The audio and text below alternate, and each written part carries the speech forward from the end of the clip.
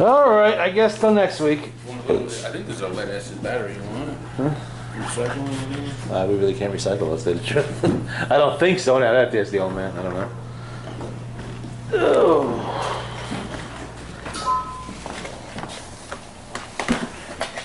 Where'd you get a lead acid battery from? I have a flashlight.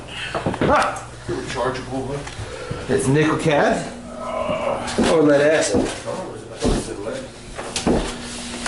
Because usually I don't see rechargeable flashlights with lead acid batteries in them. Oh, somebody's been having Dunkin' Donuts. The evidence. I still got to go through all this tomorrow. Bring you a bunch of packing material. Oh, yeah. There's so many strewn all over the place. Bring me that box. What box? Any box is shaped like that. Oh, yeah? Yeah, odd sizes, long, skinny sizes like that, I need those. Yeah, I can use that there. Because I was in the shop this morning, I realized I'm running a little short of those weird sizes. I sold a lot of weird things lately, so. Yeah, don't matter. All right, Mike. Till next time. Oh, man, it feels humid out here. Not too bad. Oh, shit. Hey, it's raining. Yep. I thought it stopped. Or did it start again?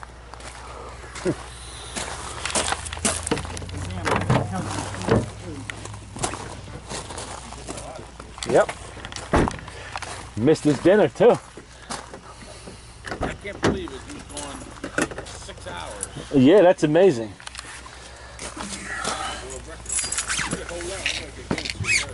Yeah. It'll be at least another hour before he gets any food. I'm fucking starving right now. Oh, man.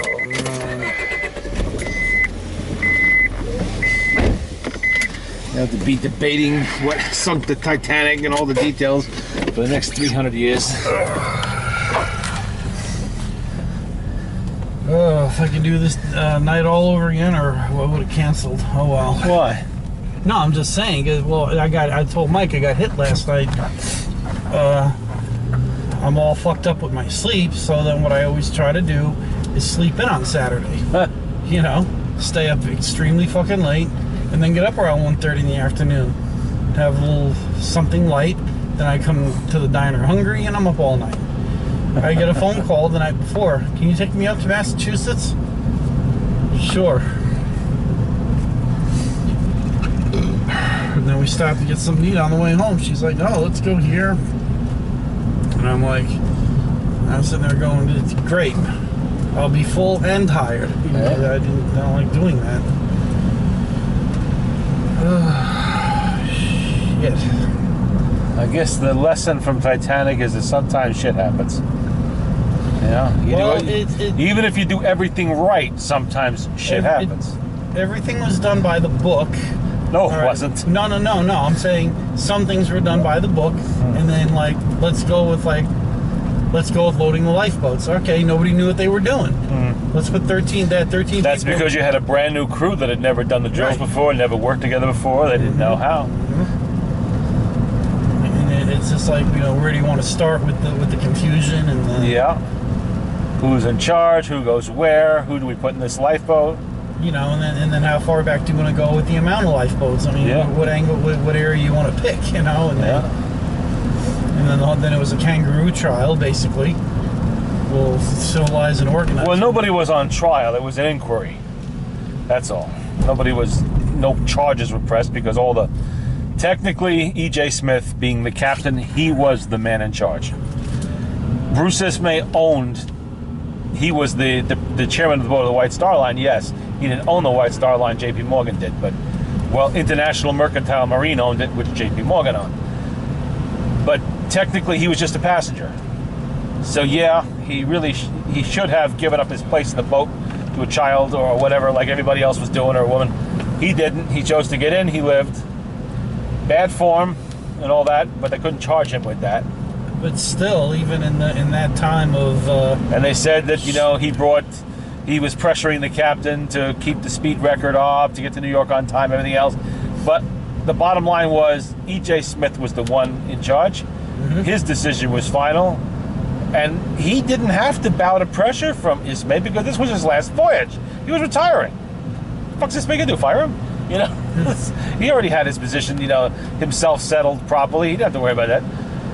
So, you know, with him gone, there really is no one. And of course, the Titanic's first officer shot himself.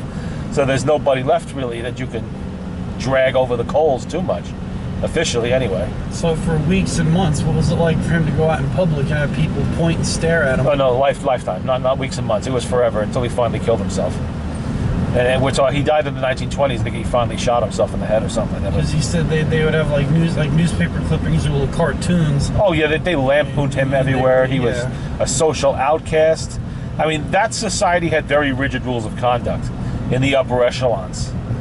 You know, yes, it was nice to be a billionaire in those days, but you also had to adhere to a very rigid form of conduct, you know, that you had to do.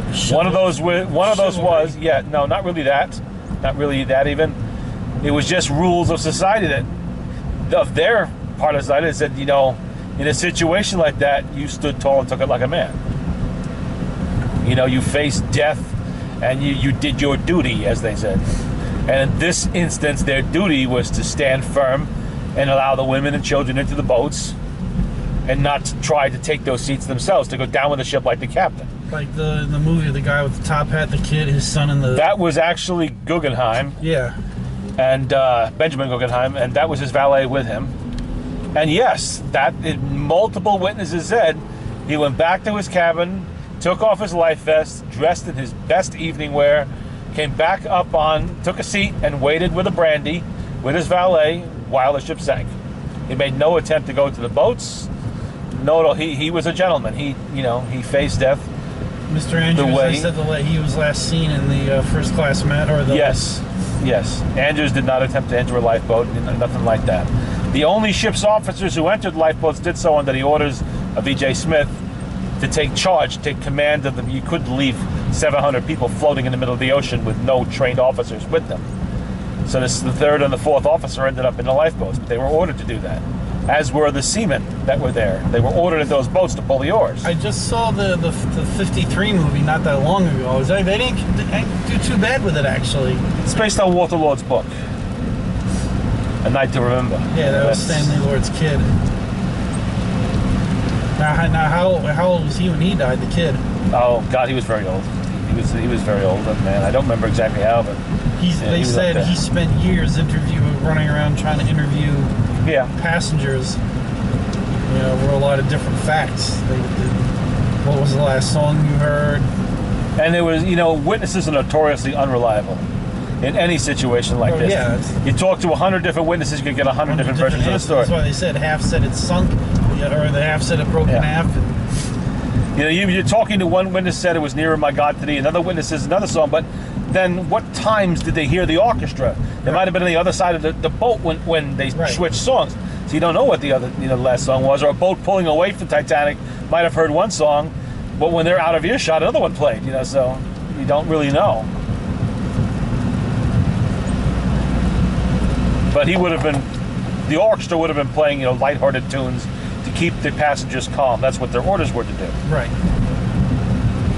So again, but then again, you weren't really there, and then you're not... Nearer My God to Thee sounded good for the papers and all of that, but chances are their last song was probably played sometime before the ship broke up, and it would have been something, an upbeat tune of the day, it wouldn't have been something morose and almost certain to cause panic.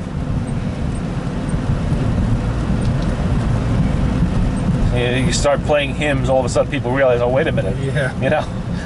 Maybe the boat's going to sink after all. Oh, fuck. I'm getting in that fucking lifeboat now. Actually, the most senior officer to survive was Lightoller, but he went down with the ship. He ended up in the drink. He made his way to the overturned collapsible, and he was the one who saved the people on it. He said he didn't jump off. He said the ship sank out from under him. Yeah, the ship sank out from under him. So he did go down. And he was not in command of the bridge at the time of the impact, so you really couldn't point fingers at him and say it's your fault, anything like that. That's what they wanted. He carried the stigma of being a Titanic officer for the rest of his career. But he was the hero of Dunkirk at the evacuation of the British troops in Dunkirk. He took his sloop, the Sundowner, into the basically right into the battle, right to the beach. Took British soldiers off, loaded a whole fucking boatload of them. I did think he did it more than once, I think, and ferried them back to England under fire, bombs dropping all around them, you know, shells landing everywhere. He made it.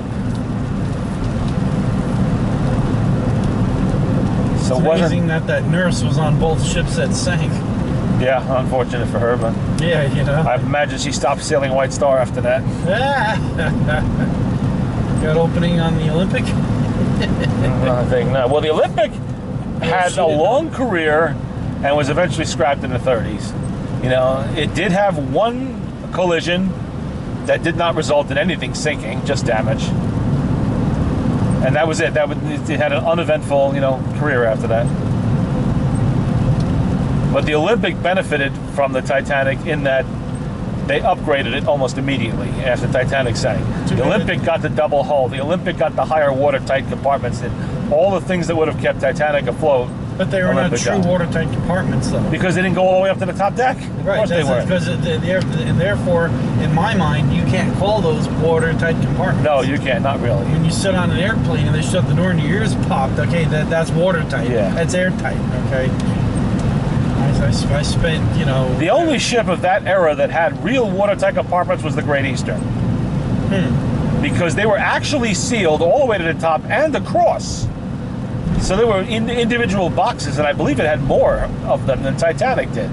It was the first ship to have watertight compartments. Because they're sitting there saying, you know, like... So and it also had a double hull, but for all the disasters the Great Eastern had, and there were many, many disasters that ship had, it never sank. You know, when they say, like, if one compartment gets flooded, it can stay afloat. Well, it was actually four. But the thing is, though, like, on a modern Navy ship, you close all the hatches, close all the valves, okay, and now it's complete. You basically make a solid box that's watertight. Right. That's what watertight means. Yeah. Not, you know. But that was, you know, a new idea at that time. Well, it wasn't new because the Great Eastern was built in 1856, I think it was. But for passenger liners, it was a fairly new idea. And they never anticipated that kind of a disaster. And true, and that's not a Navy battleship or an aircraft carrier. They weren't thinking in terms of being torpedoed or anything like that. Yeah, World War I was yet to happen, so... It's a floating hotel. So. Yeah, that's all it really was. I don't know if that term was ever... No, not at the time.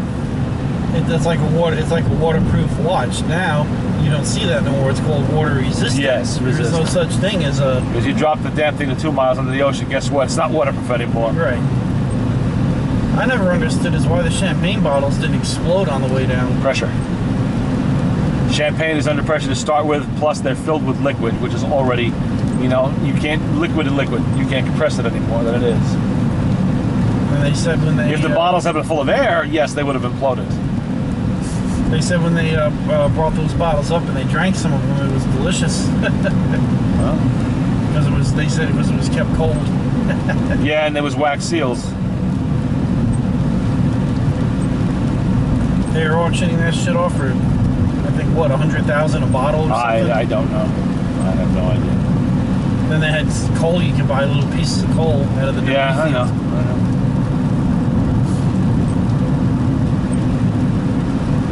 I would not want that kind of thing, you know, because technically, yeah, the bodies are gone, but it is a gravesite. You know, show a little fucking respect. Don't be looting the damn thing. I mean, you take up a few things if it's for the purposes of putting it in a museum so they're preserved and shit, but don't be fucking selling shit to the public for a profit and everything else. That's just fucking bad. That's like looting a battlefield or something like that. That shouldn't have been done. Even the coal? Even the fucking coal. I mean, come on. A lot of people fucking died on that ship. To be doing stuff like that is just disrespectful.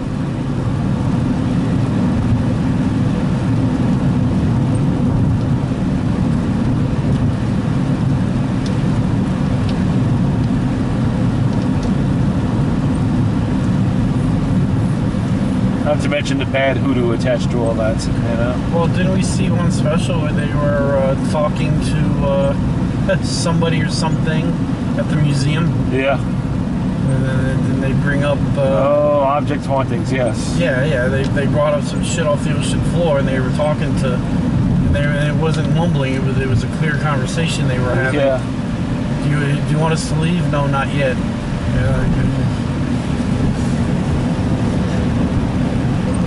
I mean, they brought up luggage, wallets, shoes, Anything things like trunks. that. Yeah. Gracie's wallet being one of the things they found. Yeah, they have eyeglasses. Yeah. Those are very personal items. Well, what the fuck are you doing touching stuff? Of all like things that? to have something attached to. Yeah.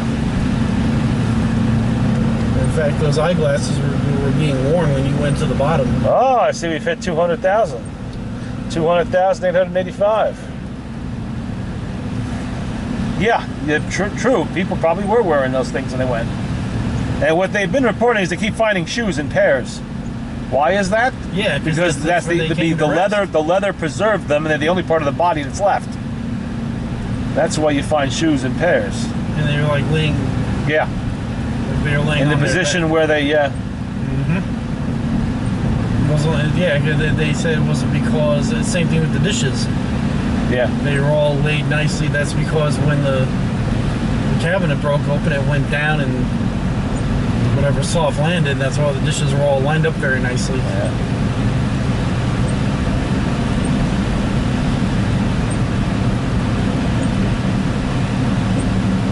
I mean, it's possible deep inside the ship there may be some human remains that the microorganisms haven't eaten yet, but you never know. Doubtful. No, not in that seawater. Nah. But it's not the seawater that's doing it. It's microorganisms in the seawater. Seawater doesn't eat bones. In fact, it's so deep and so cold it would preserve bodies for a long period of time. But there are microorganisms down there that are feasting on the organic remains. I mean, there is still wood inside the ship. Fragmented and badly eaten away, but it's still there. So that means there could also be human bones too. Definitely possible. On the outside where they were exposed, they could be buried in the sand or they were just eaten away. But inside the ship, you might actually have skeletal remains. Deep in the bowels were, a little harder to reach. Fortunately, they didn't find any of that when the little bit of exploring they did with the robot. They only explored a tiny portion of Titanic, but... If in 1985 we had the technology we had now, in 1985... Oh, they've been to the Titanic many times since 85. Well, I'm saying, when we first found it, if we had the technology now, with the digital and the color... Oh, yeah. Well, actually, the film cameras he used were very high quality. They captured... Remember, the digital cameras today are only good enough to mimic what the best of the film cameras were able to do at the time. The so-called full frame, DSLRs, all that shit. We have better video, yes, but the still pictures he took are very good. They're very high quality. He used excellent cameras, excellent film. I was so excited when I first saw that in the newspaper. Oh yeah. I was always. Now, of course, we know what he was really looking for down there, but finding the Titanic was just the gravy. That's all. He piggybacked a couple of jobs. Is what he actually did. He piggybacked. The funding was underwritten by the government so that he would look for the submarine. That's what it was. And he said, "I'll make you a deal. I'll go find your sub, but I need." We need cover. It's like the Glomar Explorer. In the 70s when they went down there and they sucked up that Russian submarine. Oh, the CIA. That was the CIA. Yeah, that was a whole CIA op. Did you see what he did before? What did he do? I tried to turn in the A&P break back out.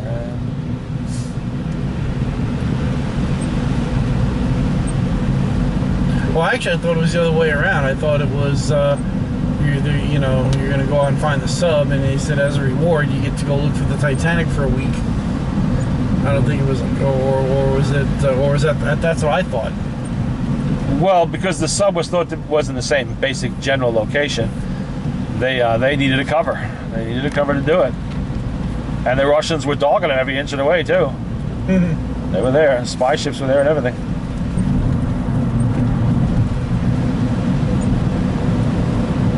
Well, one day the Titanic's going to be a regular underwater tourist attraction,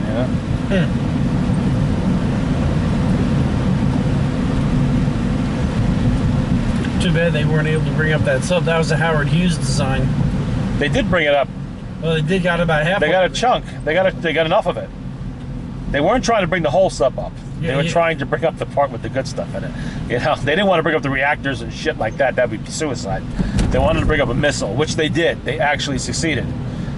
And they recovered the bodies of Russian sailors, which they buried with full military honors. And later on, when it all became public, they sent a videotape of the ceremony to the Russians. But before they brought anything up, they actually found a pair of boots outside the sub with the sub sealed. So apparently... No, the sub wasn't sealed. It imploded. At that depth? Oh, shit, yeah. No submarine ever made could survive that kind of depth. We're talking a mile down. So, yeah, there was a lot of shit outside, and there was a lot of wreckage. So, you just basically, that's why they were able to separate the part they needed and bring it up, because they just went down and they clawed onto it, sucked it up. They got it to the surface. You know, they cleaned it out, took the classified documents off of it that they wanted, and took the missile, you know, to study and all that shit. And then they returned it to the deep. As it was a successful operation.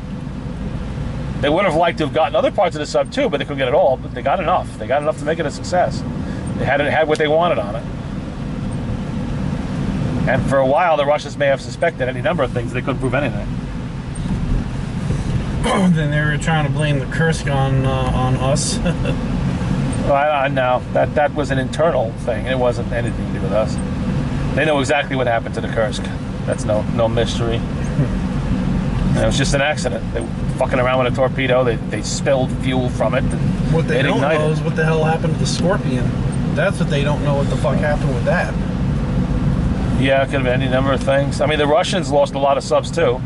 That had nothing to do with us or anybody else. It was just, shit happens, you know? Shit happens. When you're playing around in the deep, in little tiny cigar-shaped cans, shit can happen real fast. Well, that would be the Thresher. Yeah.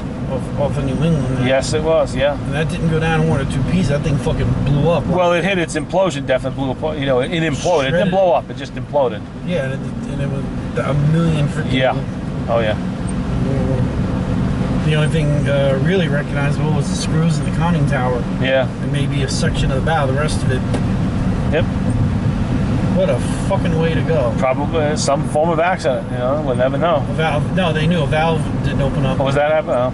That's the Thresher, they knew that for sure. Valve didn't open up. Well, it's a risky way to make a living. Everybody that joins the submarine service knows that. Coffin service. You know, yes, it's not a natural environment for human beings to survive. You know, so you have to depend on the technology, and the technology's not always there. You know, things happen. Things fail. Reactors have problems, you know, torpedoes blow up, you hit things, you know, that you don't know are there. Any number of things can happen. Let alone the World War II subs. Yeah. On both sides. Well, it was mostly the action of war that sank so many submarines on both sides. There weren't that many accidents before the wars. You know, when the submarine service was simply just a few boats, you know, and there was no war going on. Because they were fairly simple boats. I mean, they didn't go that deep compared to modern submarines. They weren't as technologically advanced as modern subs. There were no nuclear reactors on board. Simple diesel electric with batteries. They operated at a shallow enough depth that you could use the escape tube if you got out quick enough. You know, they had means of escape. Their biggest threat was hitting things. We had a few that they don't know what the hell happened. We know where the sub's at now, but we don't know what the hell happened, and they weren't attacked by German U-boats. No, those fall under shit happens.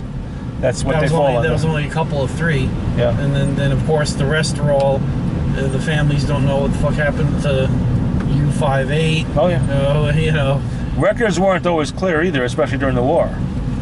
You know, a lot of things are very confused, like that. The one with the snorkel on it, the sub. That, but the one they found off the coast of New Jersey, it took them forever to fucking identify. Yeah, because they said it's supposed to be... Actually, I know the author wrote the book on that one, but... yeah, they said it was that's the sub. The next thing you know, they found whatever, you know... Well, what it was, that submarine was reported sunk somewhere in a totally different spot. Totally, like way. So who fucked that one up, you know? Right, again, well, and you wonder what else got fucked up. Well, it's not like here we are, where this is the U-58. Yeah. 581. But somebody recorded it sinking somewhere else. Like, okay, then what really sank in out of the place, you know? Yeah, because they said they found one sub, and they said, well, we're here to identify the, the 498, and then right there, that ain't the 498, and it had some other number on it or whatever. Yeah. Well, there was no number on it. They went down, they recovered artifacts, and finally they found something in the engine room that had the submarine's number on it. So they were able to finally ID it.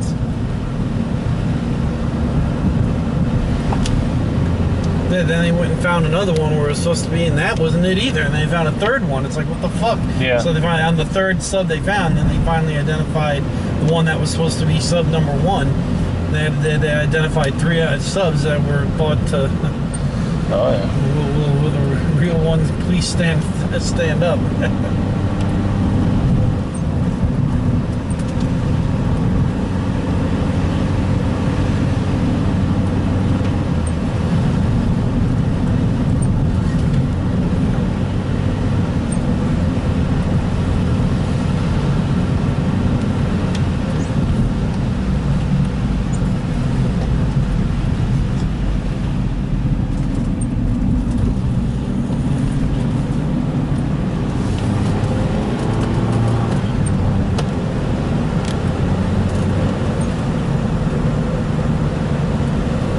Think of it, how much better we had it during the war than the Germans did. I don't know that. Our subs were a bit more, they were larger, they were more comfortable, more advanced, better equipped, better built, better materials used to build them, because they weren't built under bombing conditions and shit by slave labor, Yeah, they said the death toll on those subs, on the German subs, and 3 out of 4? Something like that. My favorite story was somebody that had Got on the wrong side of the road. And I see it. I was avoiding something. There's that guy that had a pet skunk. And the guy checked on board. He said, don't worry, you'll get used to the smell. And it wasn't the skunk he was referring to.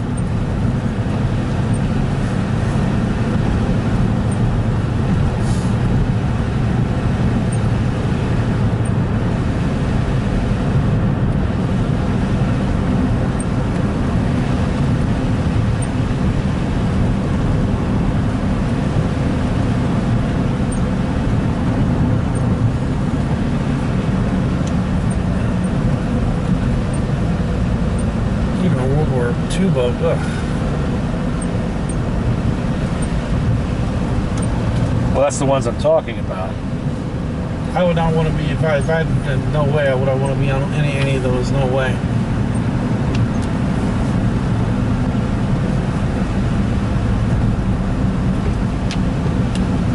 I can't imagine what that's like, knowing you're going down.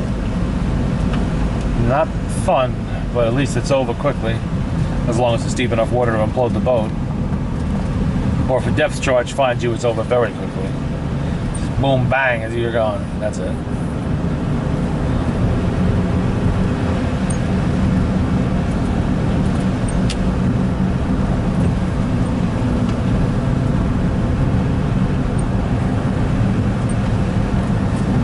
What was that movie about? The U-571. The submarine movie where they're taking that old S-boat down to the trial run, and the 2 Army guys are watching this water leaking here and there, and the sailors, they're all nonchalant about it, and they're like, "Yeah, is that supposed to be doing that?" Well, the captain always likes to take it down to see what she'll take, How far? He said. So how far down will it go? All the way. All the way if we let her. Yeah. There's a guy tapping with a little. Yeah. Tap, tap, tap. Tap, tap, tap, tap. Chunk. We got a little problem here. Put a pipe patch on it and lash it with marlin. Yeah.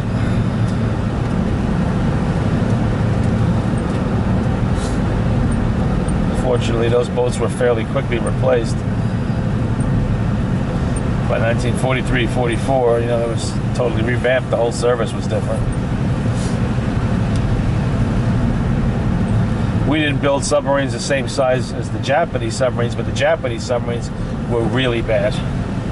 They were very, I'm just now finishing up a book written by a submarine commander who served during World War II, who actually brought back a Japanese sub after the war. You know, brought it back here for testing and evaluation, and how he describes what he had to go through. You know, how these things were built, just like shit. Nothing worked. Nothing. Constant breakdowns, no spare parts. Everything just not machined very well because they were doing it under wartime conditions. It was horrible. They had no factories left. We were bombing the shit out of the shipyards.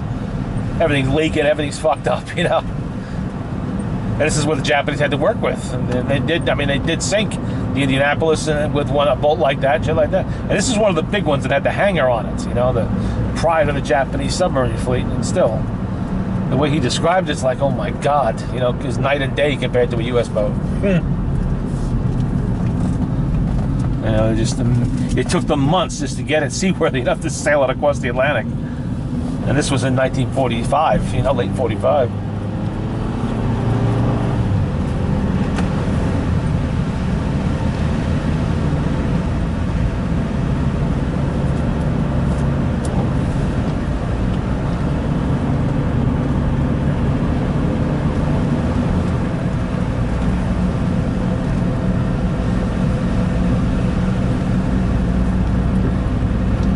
Even down to the facilities, the toilet was a hole in the deck.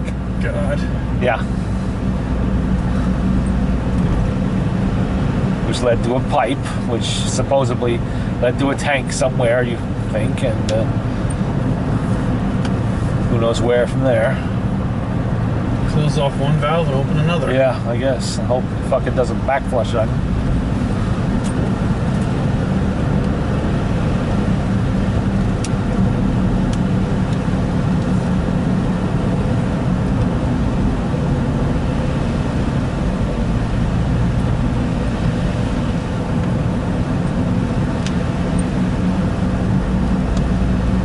Grandfather told me a cool story. I said, what was the scariest moment you think you ever had? And he said, we were just sitting there, and next thing you know, he said there were a bunch of people on deck, and a sub came up nose first. Oh, God. And that's exactly what he said. And he said, what were you thinking? He said, oh my God, this is it. We're done. He said, that's all he said. He said, it don't matter if you put your life jacket on or not. He said, we're done. But it was an American sub, then they popped the hatch, and yeah. So I guess his ship knew they were coming up. Well, if they knew the submarine was there, Navy ships were well equipped to deal with them, destroyers and such on and so forth. I mean, they had depth charges, they had hedgehogs, they had a lot of ways they could, if they knew the sub was there in advance. Before, no, it was an American sub. I know that, but even if it had been a Japanese or German sub that close, you know, it would be suicide for the sub commander because, you know, the deck guns could have, submarines, they really couldn't stand up to much pounding from guns. You know, they just couldn't put that kind of armor on a sub as a battleship would have. So you turn a deck gun on that fucker, it's done. You've holed that bastard. You hose it with a 20 millimeter, you've done the best too. I remember when he told me that, he was kind of grinning a little bit when he was telling us. Yeah, you know, because I was thinking that the thing that probably scared them the most is what if that sub came up under the boat and hit them. You know, went through the fucking bottom of the boat and sunk them. Apparently he said they knew it was coming. They said, I guess they heard the radio. Oh, yeah, well, probably would have been, yeah. Because the American sub commander would have been goddamn sure he didn't become a friendly fire casualty. He said they came in, he said, oh, and then everybody on deck was like, oh shit. They said, oh crap. They didn't tell the sailors, but everybody, the officers certainly knew. Yeah, you had frogs and toads everywhere. Yeah, well, it's a wet night.